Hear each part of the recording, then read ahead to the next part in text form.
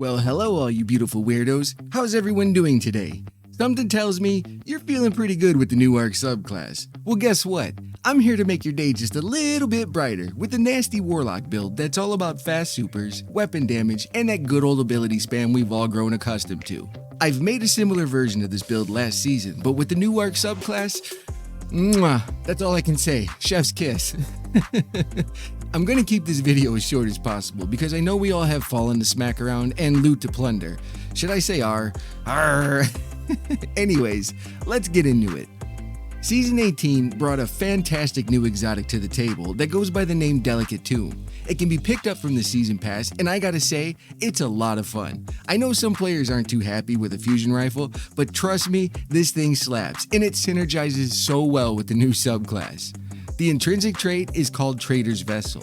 When we hip fire, it spreads out in a horizontal fan, and final blows have a chance to create ionic traces. If it's a powerful enemy or a guardian, it's a guaranteed ionic trace. The weapon perk is called Tempest Cascade. Collecting one of those ionic traces overcharges the weapon's next shot, jolting targets on hit. Jolting an enemy is like a debuff. When they take more arc damage while jolted, it sends out chain lightning to nearby enemies, and it's amazing for crowd control. Now, let's get to what you're all here for and why this gun is brilliant when paired with a Warlock. For the aspects, we're using Electrostatic Mind and Lightning Surge to really feel that fantasy of being the god of stormy weather. Electrostatic Mind further feeds into the chaos of the Delicate Tomb because defeating enemies with arc damage that are jolted or blinded creates ionic traces. And remember, collecting ionic traces overcharges the fusion rifle. But wait, there's more. It also amplifies us, which is what gives us the zoomies after defeating enemies with arc damage. We're in this endless loop of overcharged fusion rifles, ionic traces, zooming around the galaxy, and microwaving everything. I couldn't think of anything.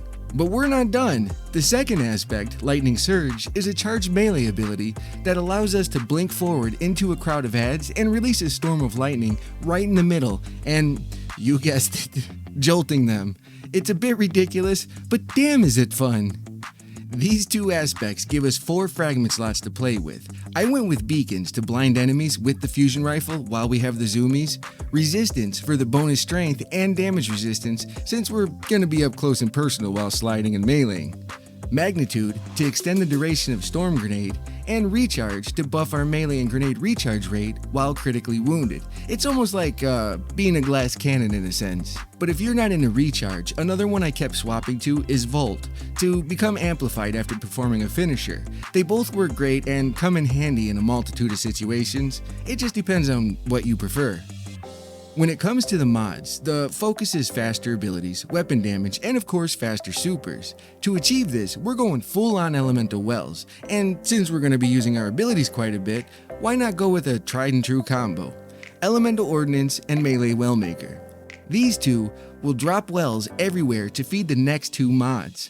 Font of Might for the weapon damage buff, and Font of Wisdom for the faster super regeneration, to cover what we don't make up with the next thing on the list, the exotic armor. But that was only 4 mods. I ended up using Radiant Light for the plus 20 to strength. If you have a high strength stat, then I would replace it with Elemental Light to drop even more wells from your super. Now, back to that exotic armor we talked about, the Storm Dancer's Brace. I told you all this thing was gonna be nasty this season. Each target we defeat with Storm Trance increases the damage of Storm Trance and refunds up to 50% of our super energy back after it ends. And this is where Font of Wisdom takes over to finish filling up our super bar faster. We can get back-to-back supers depending on how many ads we kill. Everything in this build feeds itself, and I'm not joking when I say the Warlock subclass is a beautiful sight to see. Any of you who've been around for a while know I don't compliment Warlocks all willy-nilly like, so take that how you will. I know this was a bit of a crash course video, but I'm trying to keep in mind that you all have better things to do in Destiny than listen to me talk. So get out there and pillage those pirate ships. I really wanted to say something nasty, but YouTube doesn't like it. Anyways, be good to one another and have a fantastic day. Thank you! Take smoke, I'ma poke a hole through you, choking's overdue.